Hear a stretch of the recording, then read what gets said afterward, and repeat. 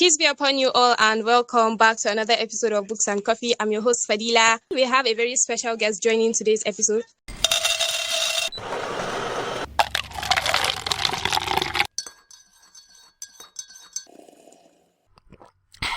Today's episode is a bit different from our previous episodes because this is the first guest that we would be recording with a video. And I'm really excited about today's episode because we'll be talking about an interesting book and we'll be having a casual conversation with the author of this book.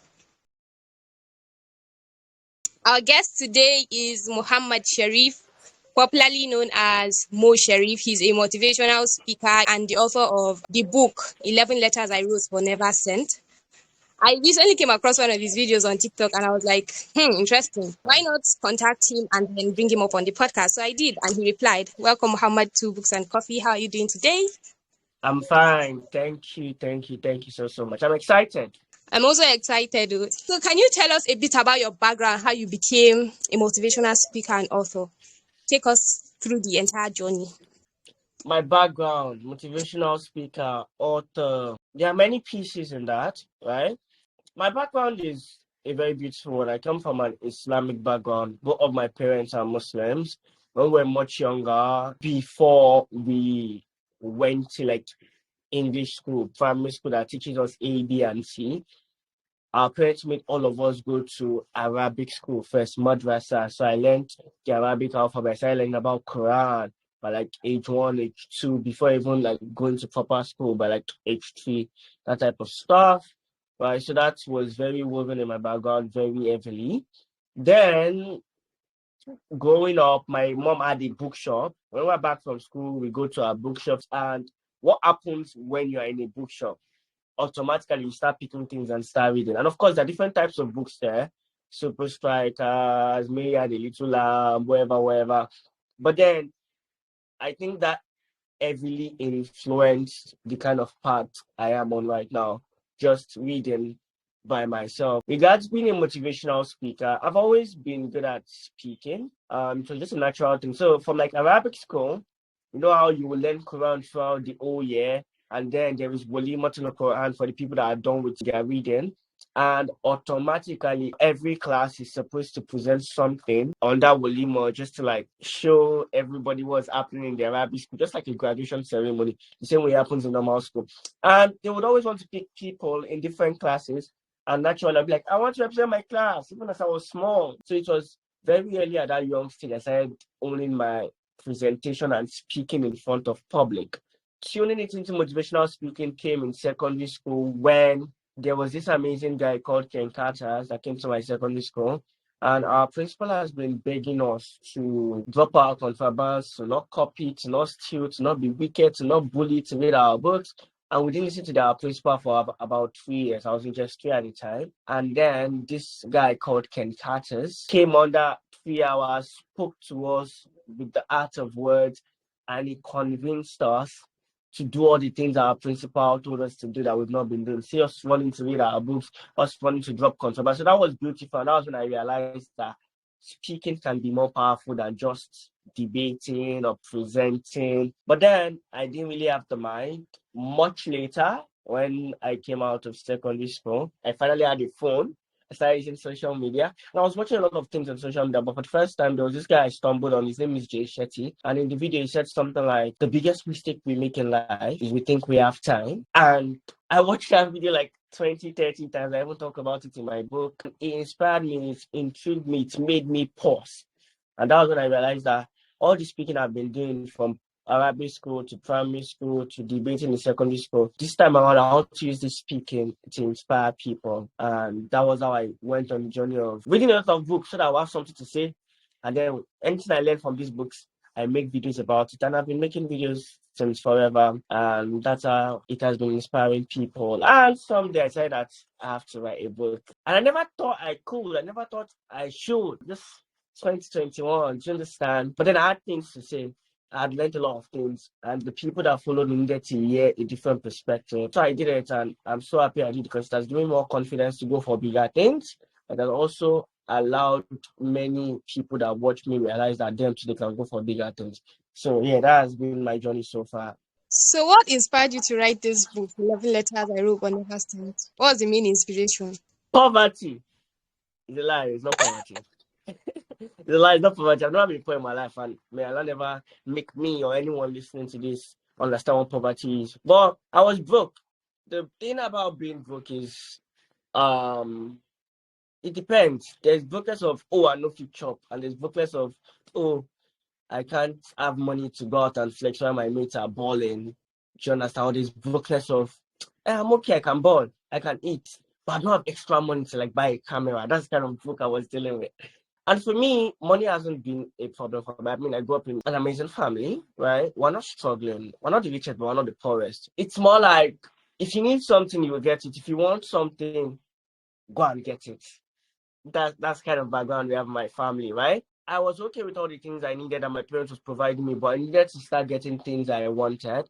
But money was never a big deal to me. Do you understand? Like the people that are always shocked about money, that hey, I want to get money, I want to get money, is people that they lack money. I have a friend when we are in school, bets and whatever. But anytime he gets some mad cash out like this, he immediately wants to rush and go and buy spaghetti and turkey because he has not eaten for a very long while. And anytime he bets and he cash out, he wants to quickly buy spaghetti and turkey because that intrigues him. The lack of that intrigues him. But for someone like me, that this is something I've taken to some extent. When I have a lot of money, the first thing that comes to my mind is not buying spaghetti and turkey. Growing up year one, year two, SS3, year three, when everybody's like, oh, I want to have $1 million there, I want to make my first money, I want to I want to have money, I want to blow up, I want to do Yahoo. I was not shocked because like money, I just know I'll have it. I just know I'll have it. At the turn of year three, by my year three holiday, I started realizing that okay, I know I'll have it, but now I need to know what my plan is because of I was going to enter year four, that's my final year, and I just graduated recently, right?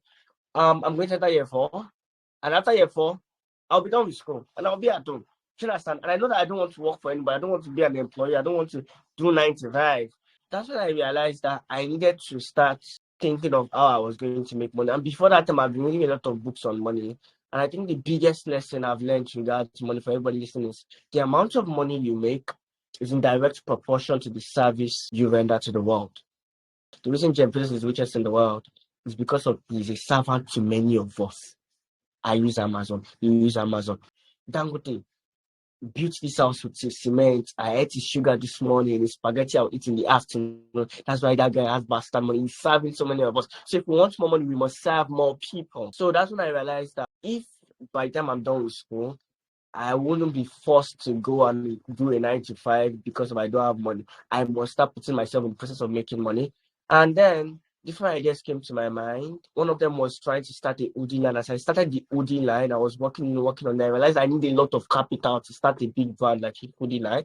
So something just told me, man, write like a 10 pages PDF.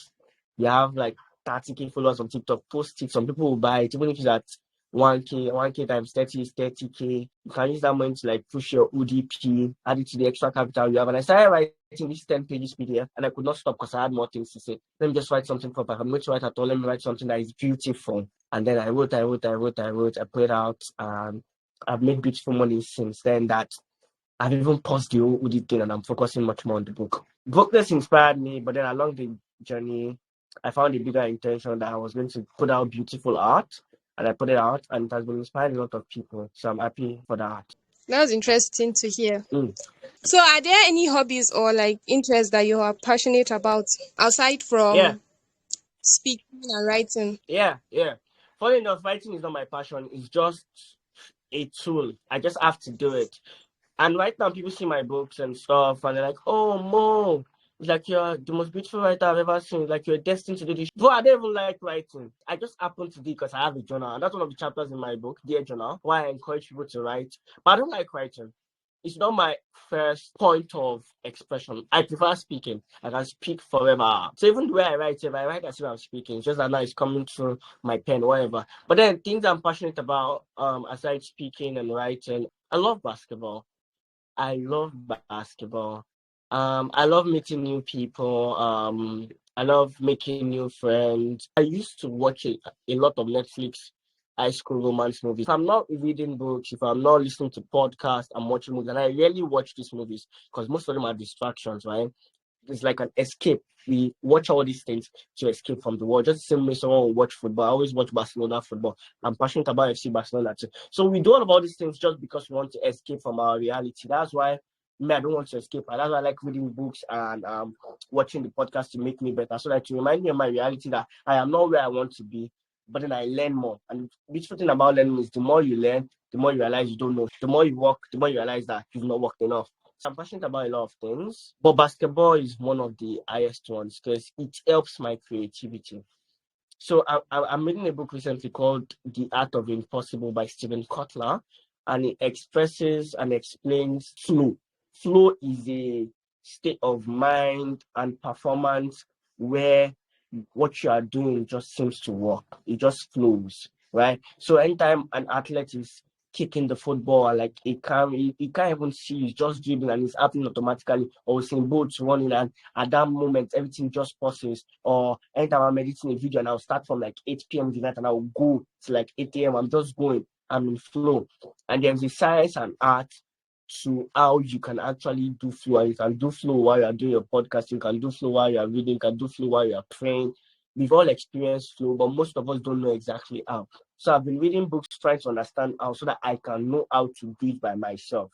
However, while I was reading this book, I came to understand that basketball is one of the things that help my creativity. So I'm reading books, I'm making videos, I'm editing, I'm in that bubble. And once every week, every Wednesday or every Saturday, I go and play basketball. After I play basketball, by the time I'm coming back, I'm seeing my work with fresher eyes, and then I can express better. So most of my best ideas come just after playing basketball. The funniest thing is, like last 2 years, I didn't know basketball. Like I hated itself. I hated the sport because I don't like the way people just dress like and fans and feel like they're the freshest in the world just because they're playing basketball. I hated it. I don't know anything about it. But then I watched a Netflix documentary about Michael Jordan. So that's the beautiful thing about your curiosities. I was curious about Michael Jordan because of it was great. So I watched his document. When I watched his document, it made me fall in love with basketball. Now basketball has helped my life. Regards passion, I don't think there's always one or two. It doesn't have to be writing or speaking. I always love to try a lot of things because I don't know what it will lead me to. Because to eventually circle back and help my main stuff. But basketball is the answer, Sha. It is my biggest passion aside from speaking. I feel like everybody should, yes, have things that they're trying to be the best at, but they should also have things that when they are doing that thing, they feel the best. The next question I Yeah. have for you is for listeners that are not familiar or that might not be familiar with you Mm-hmm. or your book, Mm-hmm. can you give us a brief overview of your book? What's it about? So this is my book here. This is my first copy actually. The title of the book is 11 Letters I Wrote But Never Sent, and the subtitle of the book is Don't Pick. Be both rich and happy, screw the all. The overview of the book basically is that most young people, the way we always look at things is, oh, I'm going to have bastard money, but no, I can be sad. Like money can't buy happiness, so no, let me just get my money and I'm good. And people are like, oh, if I'm happy, will I ever get money? Like, I don't know where we got that stupid rule from. I don't know who hypnotized us that um it had to be one. As I'm working to understand taxes, understand investing, reading book on negotiation, or trying to understand sales, I am putting in my hours and my effort to understand happiness too.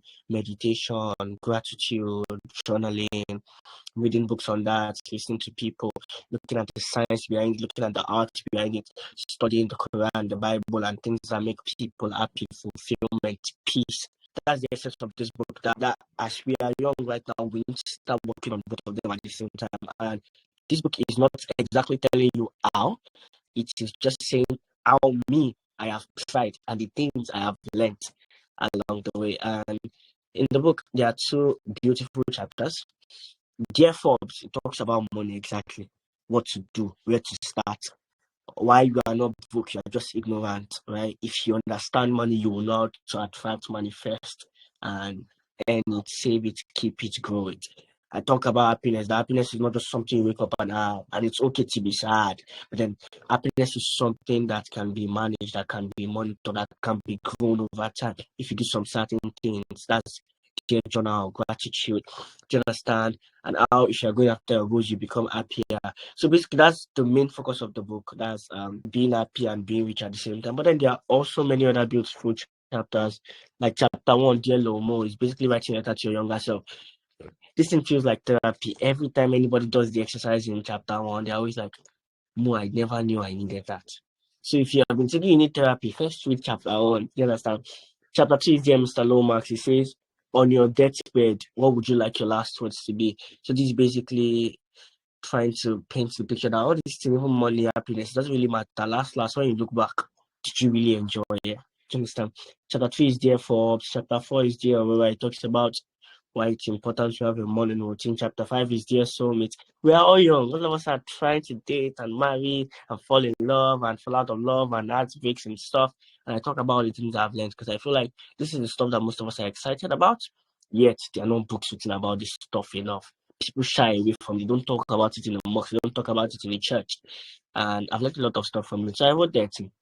Dear God, the tagline here is basically, I want to see you try to do this thing called life without God. So basically, it's God that created us. And if you really want to understand life, you have to understand who gave you the life, right? So, and there are many other beautiful chapters. There are 11 chapters, and it's exciting. So, are there any particular letters from this book that hold a special place in your heart, or were there any challenging letters, right? And this one is a side question. The letters in the book, were they actual letters that you wrote somewhere before compiling them? I'll answer the second question before the first question. The second question, were they actually letters for? No, they were in my journal. So this book started as a thought in my journal. I journal every day. And as I was writing my journal, I was like, oh my man, how can I start making money? And maybe I'll write that on a Tuesday, and maybe like the next Wednesday, I'll write Thursday, Friday. But like next week, Saturday, as I'm writing, I'll be like, maybe I can write a book. Do you understand? So on that Saturday, I'll write on Sunday, Monday, Tuesday. Wednesday, I'm like, even if I write a book, what would I like to write about? And I write, okay, I'd like it to be about money. I'd like it to be about happiness. Then, right on my journal every day, I wake up again the next day, I write about how, oh, that girl did not answer me, or I posted every day did not do well, or how my mommy cooked sweet jollof rice. Now I'll keep writing every day, but slowly, everything started to appear to me in the journal. And journaling is so beautiful. That's why chapter 7 is there. Journal is very important, right? All these things came as thoughts, small thoughts in my journal. And then I write it there, I leave it, and then the answers I need come like another journal entry. Because once you ask God for something, and you just go and live your life normally. But then, as you're living your life, those answers start coming to you. That's how creativity works. That's how people get beautiful ideas. And eventually, it became a concrete thought that this thing is showing up too much in all my journal entries. Like there's a week, Monday, Tuesday, Wednesday, Thursday, it's showing up more. Write a book, more. Write a book. Why haven't you written a book? What's stopping you? You tell people to do it. Why can't you do it by yourself? You tell people to go out there and do it. Why can't you start? Who told you you have to be this certain amount of age? Why don't you like?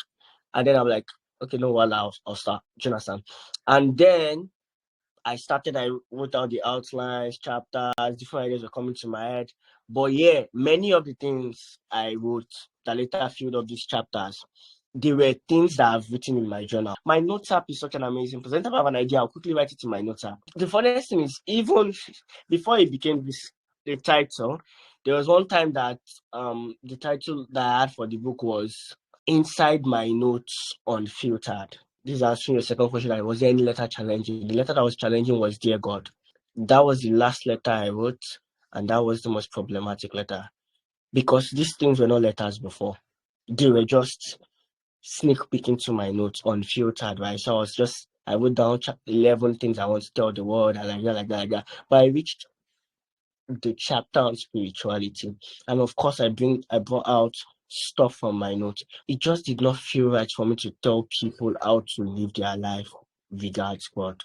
Like my spiritual life is not a path. Like who am I to tell other people how to live their life? And that was the devil. That was Shaitan. Because whether I'm perfect or not, there are things I have learned.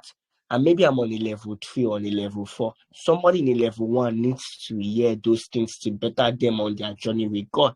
So when I got stuck there, I was like, for like 2 or 3 days, I could not even continue writing it because I got stuck. Like I could not write. I got stuck. But then something just switched in my mind. Man, you journal every day. It was even in my journaling. I was like, man, because in my journal, the way I journal, I reach my journal is not by my side yet. But the way I journal is basically dear journal. There was a time I even give my journal a name, I Minerva. So I literally write a letter in my journal. I just put I Minerva, this was happening. So I was like, why can't I write this chapter like a letter to God? And if I'm writing a letter to God, then there's no need for me to be a bad guy. There's no need for me to be an expert. There's no need for me to be perfect. So it's just me point out to God that, yeah, Allah, yeah, Rob, my God, this was happening, waiting this up, this is what I'm learning. And from there, I started writing it as a letter to God, and it was smooth, it was sweet flowing. I was just writing. If you read itself, it doesn't feel like it's a book. It feels like you stole my diary and you were reading. And once I did that, that's when I changed all the chapters to letters. And that's when the title of the book changed from Unfiltered Sneak Peek into my notes to 11 letters I wrote but never sent. And funny how that Dear God is probably one of the best chapters for me because it got me closer to Allah. But more importantly, it's been the best chapters for many people, Muslims, even Christians. How did this your personal growth journey begin? My personal growth journey started when I finally wanted to start making videos. So, first off, naturally, I'm always growing. Naturally, I'll have a goal and I'm always going towards those goals. So, automatically, I'm growing. I mean, I'm sure in primary school, um, is when I tried to go for my first spelling bee competition, right? I remember I beat everybody, but then I reached the final. I was the best in my school because we did an in-house school before somebody would go and represent. So I was the best person. I was okay. Mo, Yadona is going to go and represent, and the next thing they say is the school that is hosting the spelling bee competition for the locality was the school I came for. So I went to a primary school before called Moshudarumi before I moved to Ali Alim. So, but then Moshudarumi is the one hosting the competition. And Al Alim, even though I'm the best, Al Alim does not want me to go and represent them because of Moshud is the one hosting the competition. So Al Alim doesn't want it to feel like they are using Moshud's products to come to the competition. That didn't make any sense to me. But then I'm just saying that since then I always had goals. So there was no intentionality behind my self-help or my self-development or my personal growth journey. But then I had goals, and normally when you have goals, you start growing. The same thing happened in secondary school to me trying to become the mocks prefect or me trying to write an essay competition. I was growing in uni too, same thing, but my intentional personal growth journey started after I watched Joshetti's video where he said, when asked what is the biggest mistake we make, the Buddha replied, you think you have time. That was so crazy. And that was the first time I realized that, although yes, at I think I was about 15, although yes, I still have a lot of time, but then I don't have a lot of time. And more importantly, the time won't make any sense eventually if I don't use it to grow. So that's when I started realizing that, man, I have goals. I want to speak. I want to inspire people. But then to inspire people, I must have things to say. So I literally started reading books. The beautiful thing about reading is the more you read, the more you realize you need to read. The more you know, the more you realize you need to know. The more you work, the more you realize you need to work. It's just a beautiful loop and cycle. So I read a book, and from there, of course, as the author is talking, the author will mention some certain things, mention some certain people that will make me go and read another book. Or mention somebody that influenced me. I'll make me go and read another book. In that book, they'll mention one course. I'll go and take that course. In that course, they'll mention one YouTuber. I'll start watching that YouTuber. My mind will be blown. Wow, so this is possible. I'll learn. While watching the YouTuber at like the 67th video of the YouTuber features another person that is so exciting to me. I've never heard him before. I go and check him. It turns out to be Gary V. And then there's a new old page about 1,000 videos. I'm watching. And then Gary V in that video one place says, man, you don't have to learn so much. You can start sharing the things you learn. Just don't say you're an expert, even when you're not an expert. Just say you're an enthusiast, you're learning and you're sharing. And that changed so much for me because that's what gave me the morale to start sharing.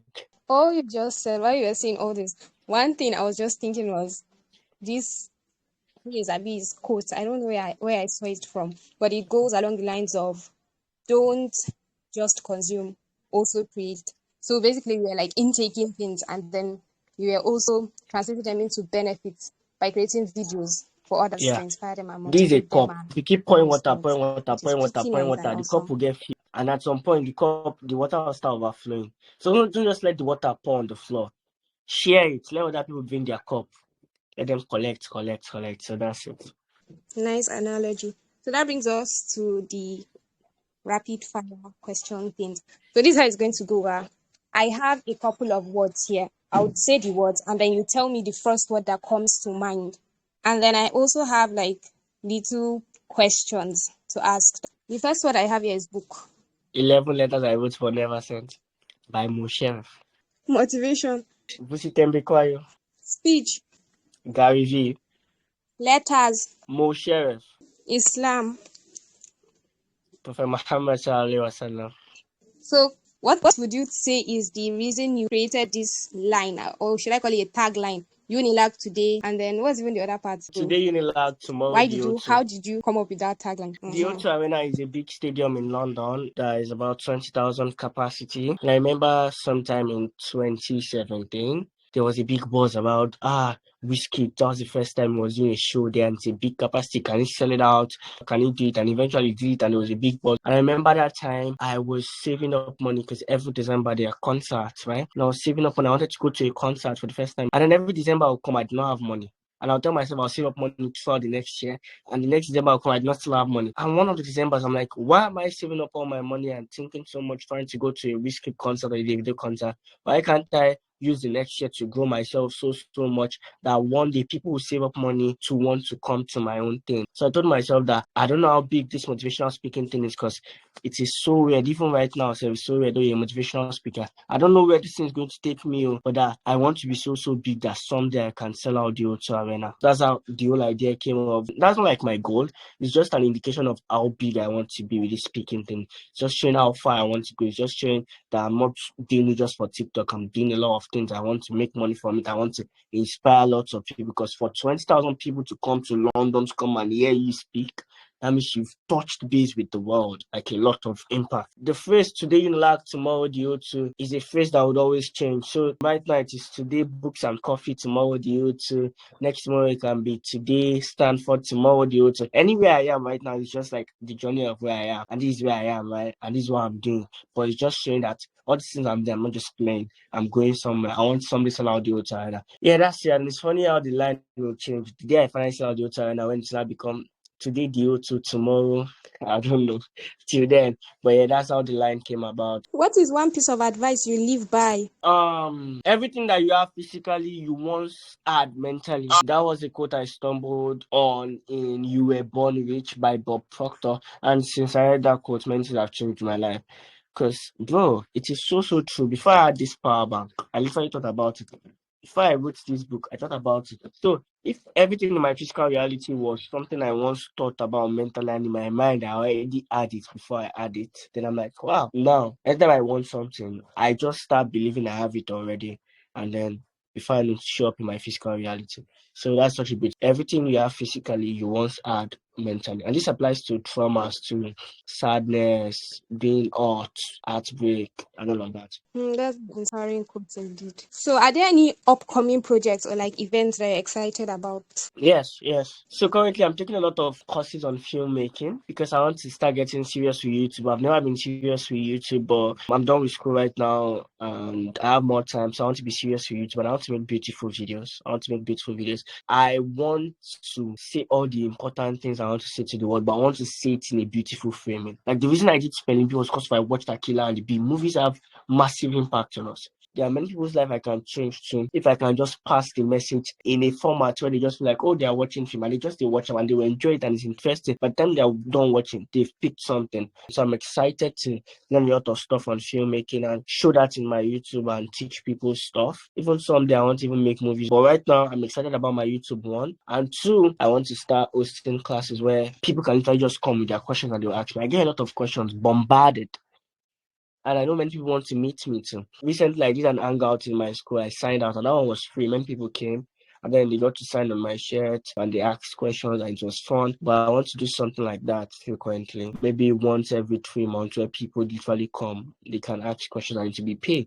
So I'm excited for that. So I think I should do the first event of that this year. So I'm excited for that. I'm excited for my YouTube. The idea of the filmmaking thing for YouTube sounds very cool. We will be expecting it, inshallah. So, do you have any final words or message? I just want to say two things. One, please feel your well. That's what chapter 9 of my book talks about, dear Steve Jobs. all these beautiful words I'm saying right now, don't think I'm better than you. The reason I'm saying those things because I've read many books, listened to podcasts, watched videos, study smart people. It did not come out as I was a baby. I learned it somewhere, somehow. So the moment you realize that anything anybody at all is doing that is busting your brain, they learned it somehow, somewhere. You too, you have that brain to learn it somehow, somewhere, so that you can bust someone else's brain. Once you figure that out, you realize that you can learn anything. Learn, but don't only learn the things you are interested in about, right? Try different things. The reason basketball has helped my life so much is I tried it. Now I'm trying filmmaking. So it is okay to have interest plenty and play around. That's the first thing. And the second thing is something I heard from L19. They said the amount of money you make is in direct proportion to the amount of service you render to the world. So I know all of us want money. I want it to, but you need to increase the capacity of your service. If you can serve more people, you make more money. So start to think about how. See the same 24 hours you have in a day, but the reason 100,000 people are following me and the reason 1 million people are following maybe Gary V is because of Gary V has increased his capacity to serve. That's why 1 million people are showing up and me 100K. So if you want to be paid more, if you want to be respected more, if you want to be recognized more, increase your capacity and automatically all the rewards, all the accolades, all the money, all the fame will come. That's the final words. And please get close to God. Please get close to God. I also found out that you have a podcast. Can you tell us a bit about it? I would love to know more about your podcast. The name of my podcast is called the Crazy Enough Podcast. Man, I've not been active on there. Right now, what I even just do is I have someone that is managing it, and basically they literally script out the audio. Just this conversation, they script out the audio, post it there. If I make a video, they script out the audio, post it there. But then with more time right now, if I figure out this my YouTube thing, so I want to bring people on. I've had some people on before that they were guests. It's just there, and the concept is the Crazy Enough Podcast, founded on the quote by Steve Jobs. The people who are crazy enough to think they can change the world are the ones who actually do. And the podcast is supposed to be me interviewing people that I believe are crazy enough to learn the things that make them crazy enough, so that means I can change the world and so that all our listeners too can change the world. Right now, all the shows that are popular around Nigeria right now, there's no one that is really about personal growth. But then I want like proper sit down personal growth ish. Maybe someone else did before me in Nigeria, in Africa, I don't know. But yeah, we need that.